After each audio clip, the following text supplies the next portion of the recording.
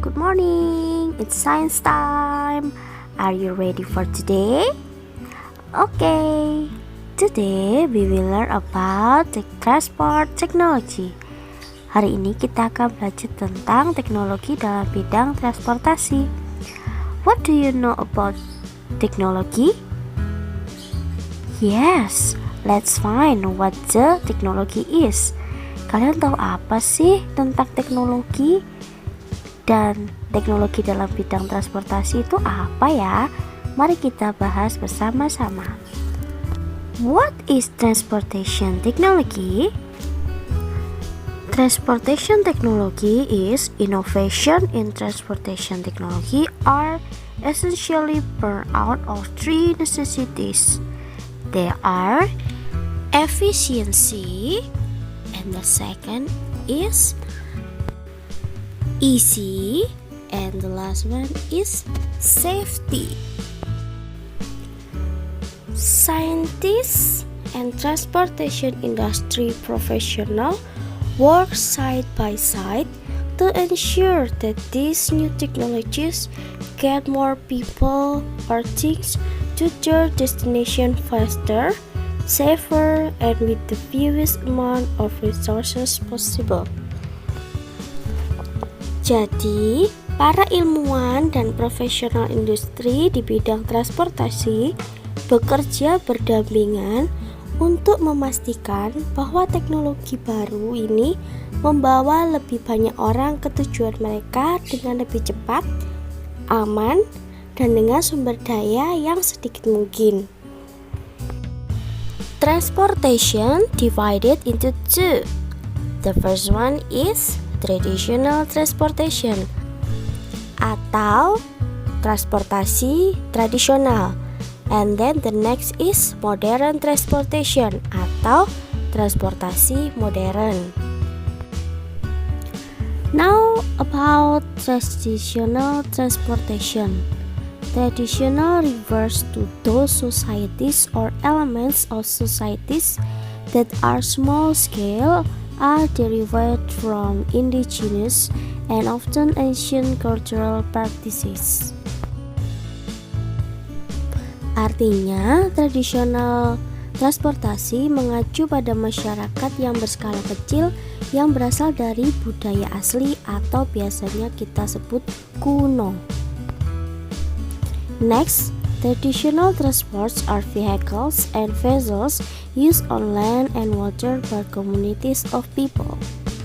Artinya, angkutan tradisional adalah kendaraan dan kapal yang digunakan di darat dan air oleh masyarakat. People living in the jungle often use the elephant for their work, particularly for transporting logs. Masyarakat di hutan atau yang biasanya di pedesaan sering menggunakan binatang untuk membantu pekerjaan mereka. Contohnya gajah untuk memangkut kayu, lalu ada kerbau untuk membajak sawah, dan yang lainnya. This is the example of traditional transportation like becak, delman, ketek, and bajai.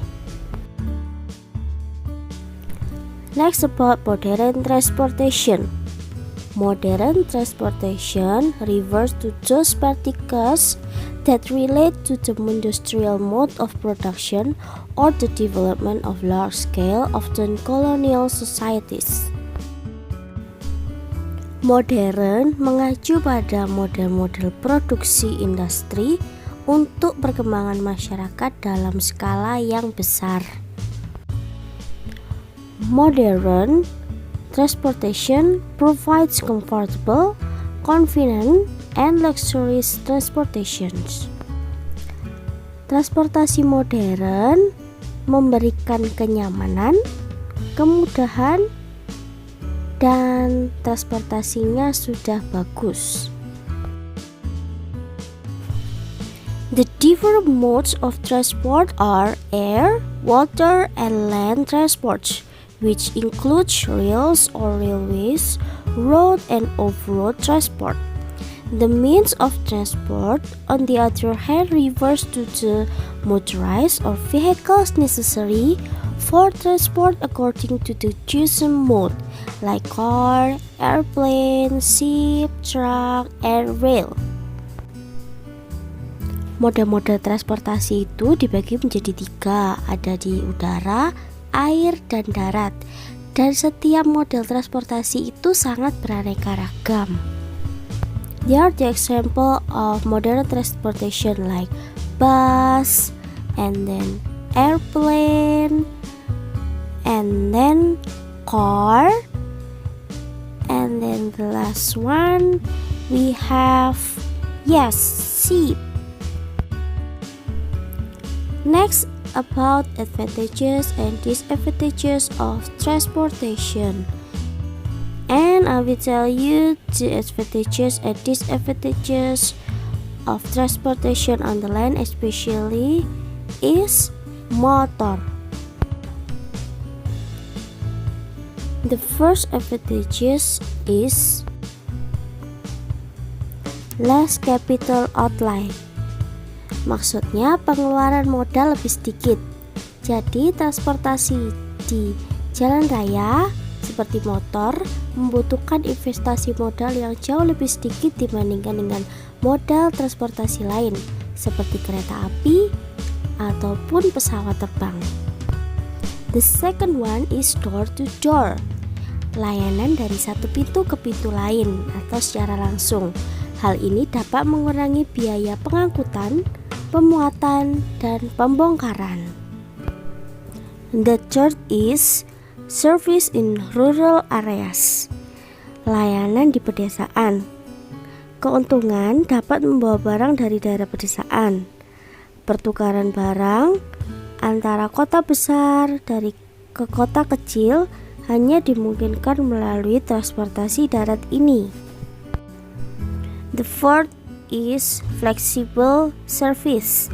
Rute dan waktu dapat disesuaikan dan diubah sesuai dengan kebutuhan individu tanpa banyak ketidaknyamanan. The fifth is suitable for short distance. Cocok untuk jarak pendek sehingga lebih ekonomis dan lebih cepat untuk membawa barang dalam jangka waktu atau jarak yang dekat. The sixth is lesser risk of damage in transit.